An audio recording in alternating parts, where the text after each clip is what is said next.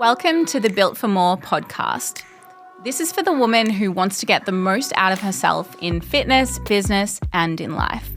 So if you want to learn the skills, the strategy, and the mindset to get the most out of your body, your mind, and your business, you're in the right place. Hello, everyone, and welcome back to the Built for More podcast. Today, we're going to be talking about bodybuilding and how to know if you are ready to compete. Bodybuilding has become very popular over the last few years, and I do think the downside of that is a lot of people are seeing the glitz and glamour and kind of jumping in before they're ready, before they've got those foundations set. So today we're really going to unpack the important foundations that you need physically, mentally, emotionally to be ready to start a bodybuilding competition prep. But before we dive into that, I want to introduce to you all a very special guest that I have here today, and she's going to be co-hosting a lot of these episodes with me, our health, fitness, nutrition related episodes. And a lot of you will already know her because she is a senior coach at Team BFit. Lily is here with me today. We work very closely together at BFit, and she is a university qualified nutritionist. She's a bikini competitor herself. She's recently run a half marathon and is a posing coach. So she brings a lot of experience across many different areas, and I know she's full of incredible knowledge and experience to share with you guys on this podcast. So Lil, welcome. Thank you. Thank you so much for having me on the podcast. I guess a little bit about myself. You've kind of given a good summary already, but I have been coaching for 7 years now. I think 4 of which have been with yourself, as you'd know. I got my Cert 3 and 4 in fitness while I was studying full-time for nutrition and commerce. And yeah, I love pretty much all things moving your body and performance and sport. So have done 2 competitive bodybuilding seasons now with yourself. And yeah, a powerlifting comp, a half marathon. I'm currently getting into BJJ as well.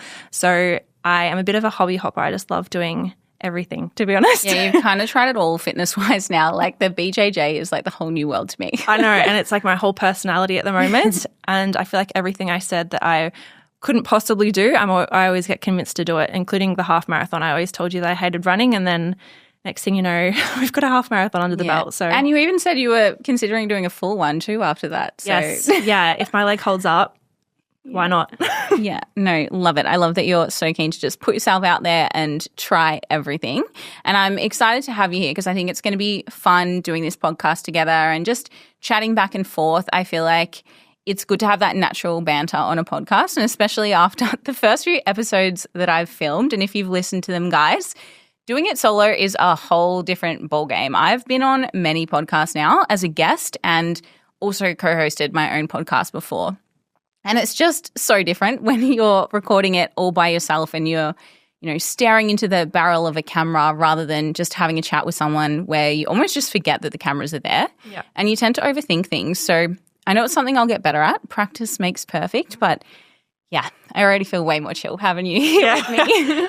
You're so welcome. Yeah, no. So let's get into the episode then. So unpacking what it takes to be ready to compete in bodybuilding. So I guess I want to first just help you guys understand why it's important that you have these foundations. And when it comes to having the right foundations to compete, it really comes down to getting you the best outcome on stage. So making sure that, if you want to place, if you want to be competitive, if you want to win, well, there's important foundations that you need to be able to achieve that.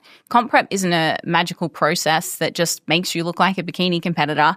And I do think sometimes when we don't have that much knowledge about the sport, you can sometimes think, I'll just sign up to a coach for 16 weeks and then I'm going to look like a bikini competitor. But it just doesn't happen like that. So it's about getting good outcomes, but it's also about protecting your health because it is an extreme sport. So it is really important that we're doing what we can to preserve our physical and mental health throughout the process. So we've jotted down some elements that we really do want to talk through today, or some foundations we want to talk through. And the first one is having adequate muscle mass. Lil, do you want to chat through what this looks like and how do you know if you've got enough muscle? Well, I feel like most people, especially first timers, don't. Like that is the reality of it. Even high level competitors often don't have enough muscle mass, and it takes so much more time. Like it's not like you sign up to an 8-week challenge and then you have enough muscle to compete. There is, at the end of the day, it is bodybuilding, not just a dieting competition. And I would always rather a client and myself take more time for a comp prep so that you can build those foundations first, rather than rushing in and getting the feedback that you don't have the muscle, because you can get more condition between shows, you can improve your posing between shows, but you can't really grow between shows. So you don't want to make that mistake. And I've personally never had a client that has regretted taking more time to build muscle, but I have had someone that, has regretted going too soon, for example. Mm-hmm. Yeah, I fully agree. I think the only time you regret it is when you go too soon and you don't take the time to build the foundations, and then you're going through that dieting process and you're like, oh, actually, I do not have the shape I thought I had. But with that being said, you did make a really good point there, Lil, in the sense that, it's bodybuilding. Even if you're an experienced competitor, you're probably going to still step off stage and be like, oh, I could have more muscle in this area. Yep. It's not really until you're lowerly that you're at the point where you don't need to grow anymore for the category. So obviously it's okay to still have room to progress, but you want to have a level of muscle mass where when you go through that dieting phase, you feel proud of what you're putting on stage. You feel like you can see the hard work you've done in building that muscle mass. And if it's not there, it's not going to magically appear through the process of competition prep. So I think having a coach who can objectively tell you if you're ready or not is really helpful. And also keeping in mind, if a coach does say, I think you need a little bit more time to grow, it's actually coming from a place of them wanting the best for you. Yeah, exactly. I think this also does tie in really well to my first experience, which I only recently mentioned to you, of trying to self-coach myself when I was 19. And for my first comp when I was 21, I was still, under-muscled. So you can imagine how much more under-muscled I was. When I was 19, I literally saw posters on at gyms of comps, and that's pretty much as far as my knowledge of bodybuilding went. And I thought, what a great idea to coach myself. And at that point, I literally only thought of it as the dieting phase, which I think a lot of people make that mistake of thinking, okay, I just need to diet down and then get glammed up. I didn't think of the building and at that point, I wasn't even following a structured program. I was tracking, but I would have been significantly under-muscled and just not even remotely prepared. I didn't know what the bikini criteria was even looking for. And that just shows as well, yes, even if you do have that training experience behind you, you might not have it relevant to the criteria. You can have a good foundation of muscle, but do you have the taper that they're looking for in bikini or the rounded delts or the glutes? You can have good foundation of muscle, but is it still specific to the criteria? 100%. That is really important. And just so you guys know, I only found out this story about Lil wanting to coach herself 2 days ago. And I was like, what? Didn't you say that you messaged Lauren Simpson or something for advice? Yes. Oh my gosh, I forgot to mention that. I was going to just sign up to an 8-week bikini program because I thought that was enough, just a generic, bikini body shred program. And I was like, that's what I would need. It's going to have some glute training and I will be dieting and then I'll get on stage. And I almost wish that I did it for the laughs, for the plot. What did Lauren say? I feel like she said no at the end of the day, but I actually can't remember. I'd have to pull up my messages. So funny. I know I've known Lauren for so long because I reckon she started competing when I first started competing, and she's very responsive. So she would have come back to you for sure. So I'd love to see what she said. Maybe we can find that message. All right. So muscle mass, I feel like we've covered that really well. Let's dive into the relationship with food side of things, which I think is very important. How would you explain setting the foundations with your relationship with food? Yeah. So I feel like this is a really important topic because a lot of people maybe prep for the wrong reasons, and it kind of exacerbates any issues that they currently have. So with a comp prep, you do have to be very meticulous with the data, and you almost have to be obsessed, but in a healthy way, so to speak. So if you have any limitations or concerns around tracking and numbers, or even scale weight, things like that, it's going to be very triggering for you in the prep itself, but then come post-comp as well, when you have to put on healthy body weight, that's when things like binge eating can come in. So if you have any binge eating tendencies or any negative relationship with food, it's just going to be heightened both during a prep and post-comp.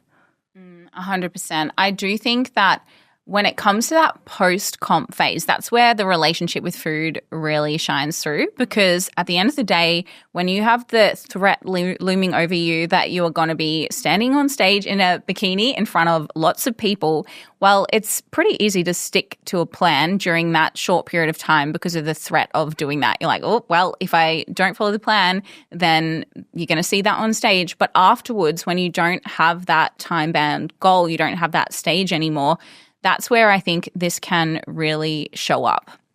And I think binge eating as well, that one in particular is if you are struggling with binging, I truly think it's important to get on top of that first before you even entertain the idea of competing. There's two real main reasons why people binge, and one is from restriction and the other is emotional reasons or emotional regulation. And so prep is restriction. It is controlled restriction to a pretty extreme level, realistically. So it's important you're on top of that. Otherwise, the restriction will likely trigger that again. And I've had clients come to me that do struggle with binge eating and say, I want to compete. And I'll say, okay, but not now. We need to fix this first. And even one of my clients last year, I reckon we worked together for 3 years before she ended up on stage because she had struggled with binging and got her to the point where she was in such a great place, and post-comp, no issues. Yeah. So it is really important to have that foundation in place for sure. Sorry, you go, Lil. I was going to say, I feel like also in your improvement season, in terms of making the most of that, if you do have any fears around, consuming carbs or eating in a surplus, you're probably not going to get the most out of your improvement season and actually able to grow as well if you're potentially restricting in that way and limiting your ability to grow, that you're not, fully putting in the improvement season. So it's not even just the prep phase, it's year round. 100%. And that will show up, obviously, in that improvement season if you are kind of holding yourself back. Another thing you mentioned was doing it for the right reasons, and that's a really important thing to understand about bodybuilding is that stage level of condition. You can't sustain that, and the goal should not be to sustain that. And I do see that sometimes where women will go through the competition prep and then they will so desperately want to hold on to that physique. And that is a very unhealthy attitude towards it. And look, I'll be the first to say when I first competed, that's kind of what I thought would happen. Like I would just diet down for a show and then I would look like that all the time. And it would be fantastic. I'd have abs year round. But obviously that's not the case. And I think it's really important to know that and accept that it is a short-term physique so that when you do start gaining back that healthy weight, you can accept it and actually enjoy that part of the process for what it is. Yeah, definitely. And I think even with that knowledge, it can still be challenging. Even if your relationship with food is at a good spot, it can still be difficult post-comp, which we've, covered time and time again. So if it's in a negative spot, you can only imagine how much more difficult that's going to be. Yeah, for sure. I think as well, the more you compete, the better you get with that too. And this is the thing, these foundations are so important, but it's okay if you do have challenges in the first time you compete. Like if I look at my most recent season I did with the IFBB, I could not wait to gain some healthy weight. I was like, I hate this. Get it back on me. Let me gain weight. And then I struggled too, and I was like, damn it. But I think that your mindset and headspace around it will shift over time in the sport. You start to appreciate it as a phasic sport. You're not going to hold on to that year round. Yeah, definitely. I think something else that is really important to set as well is your metabolism and setting those foundations in the improvement season. Because I think a lot of people in general, I think a lot of females tend to, eat on the lower end of things and they underestimate how much they actually need to eat and don't understand why that is so important in setting them up for a prep.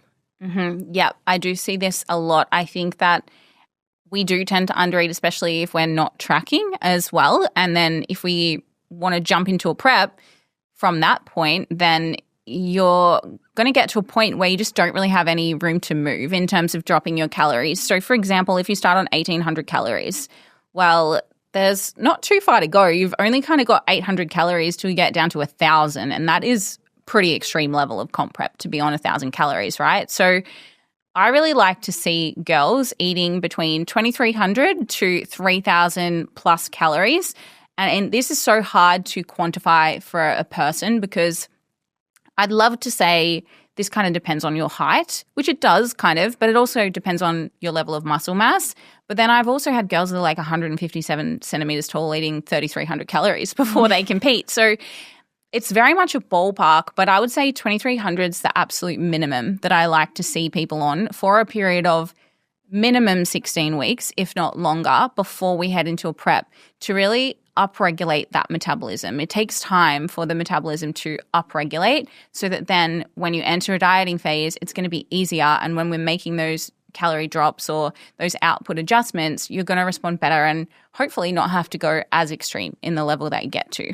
Yeah, and I think if you think of, things like your calories, your cardio, your steps as like tools in your toolkit, if you're already really low calories or really high steps or already doing heaps of cardio in your improvement season, you're kind of coming to prep with no tools. You don't have anything to really work on because you're already, like the bottom of the barrel, so to speak. Yeah, that's a really great point. It's also important to be mindful of the output and that's not excessive, because if you're already doing 20K steps a day or you are doing 6 cardio sessions a week because you love cardio, well, we actually need to taper that back so we have room to overload that in a prep. Otherwise, again, we've got nowhere to move really, and you don't have that much time in your day to do stuff. I think the only exception there that I do want to make is I understand some people have active jobs and so they might have really high step targets. That's okay. Maybe we just have to eat more because that's your job. There's nothing you can do about it. But for the most part, we do want to be really mindful of those foundations. Definitely.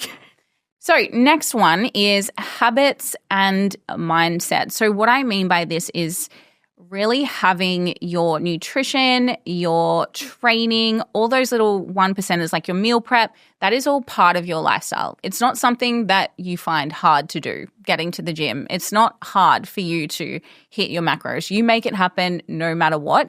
It really needs to be something that is already ingrained in your lifestyle, and we're not using competing to help you be more disciplined. What do you have to say about that, Lil? Yeah, I agree. I think it shouldn't be a full 180 from prep to improvement season. I like the analogy of thinking, rather than thinking of prep and off season as like a light switch, you're thinking of a dimmer.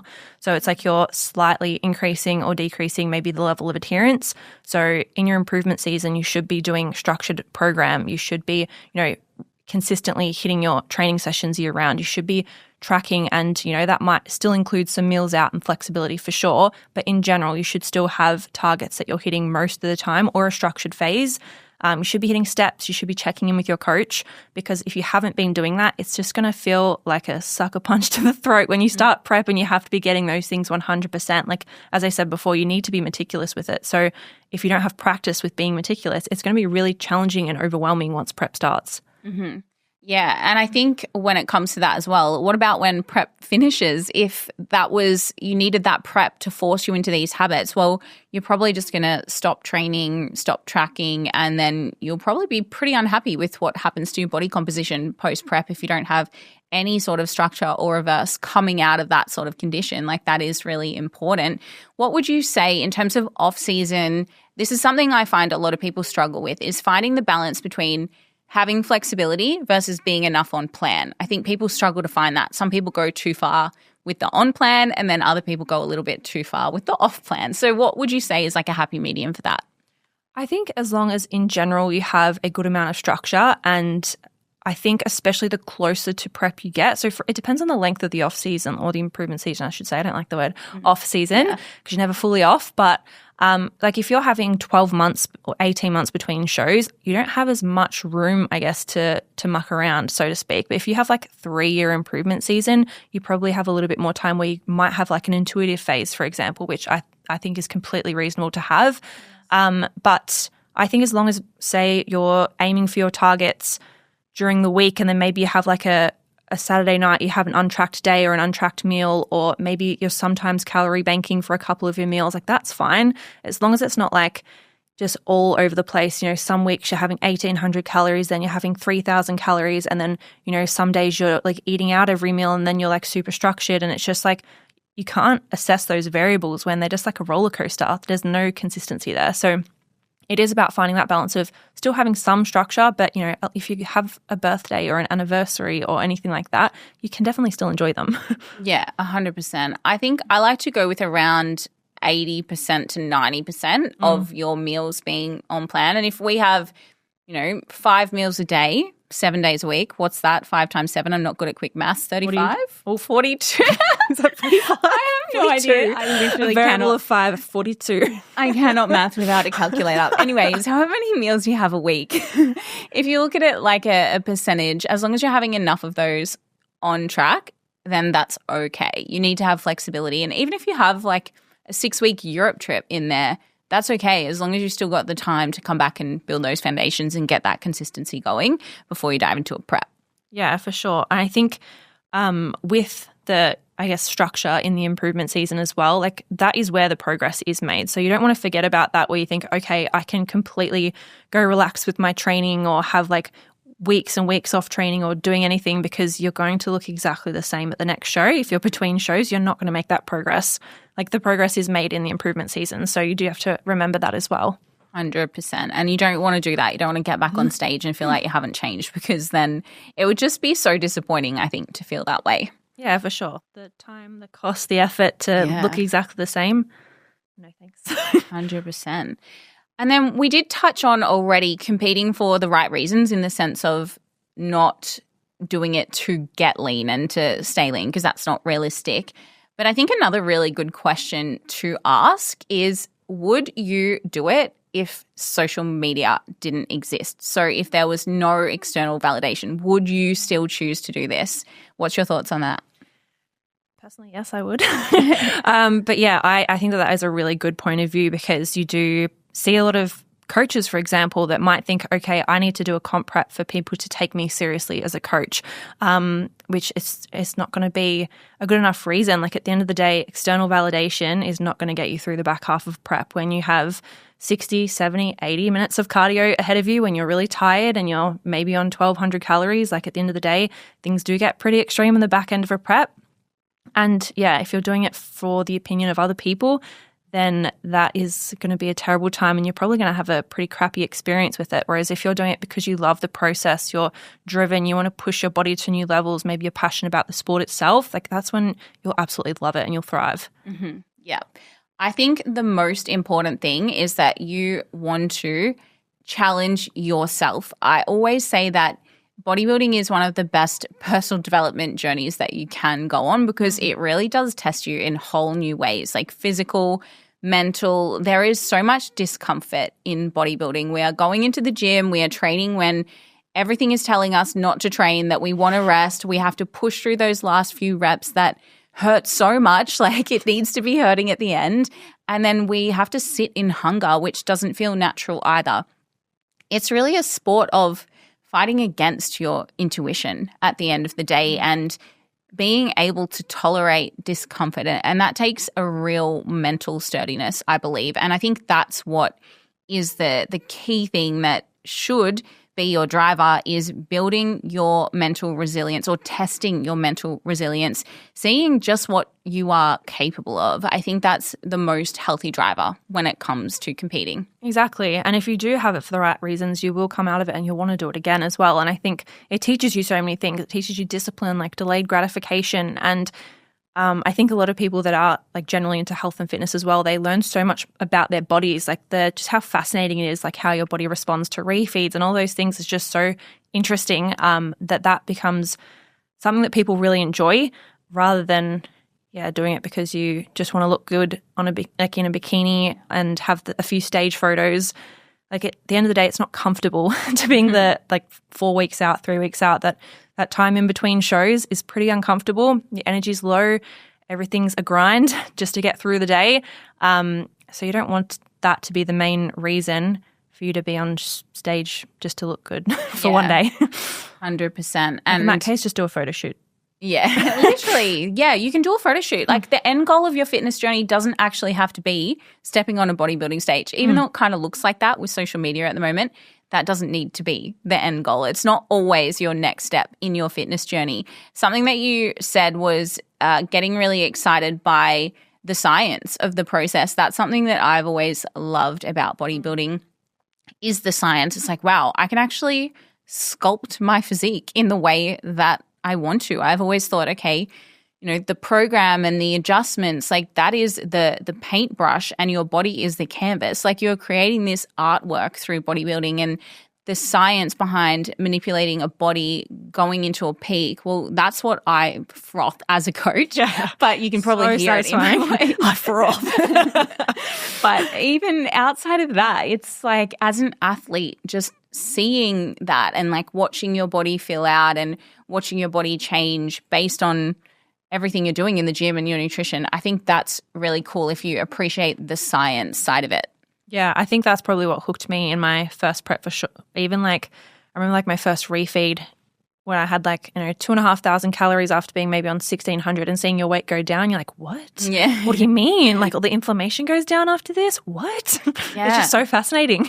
And even the process of like building your calories up in the lead up to a show as well. I know we got you onto a pretty excessive level of calories before your first comp. Yeah, I think I got to about 3,500. It was pretty massive bowls of cereal at that point. Yeah, impressive metabolism. Yeah, awesome. Well, I feel like we have really covered pretty much all of the essential foundations that you guys need to know, and I hope that you've got so much out of this episode. So if you did get something out of it, please let us know. We love to hear your feedback. And if you do have any questions or maybe you're weighing up whether you're ready to compete or not, feel free to slide into either of our DMs because we love chatting about this and would absolutely love to help guide you. Thanks, everyone, for joining us. And thanks, Lil. Me?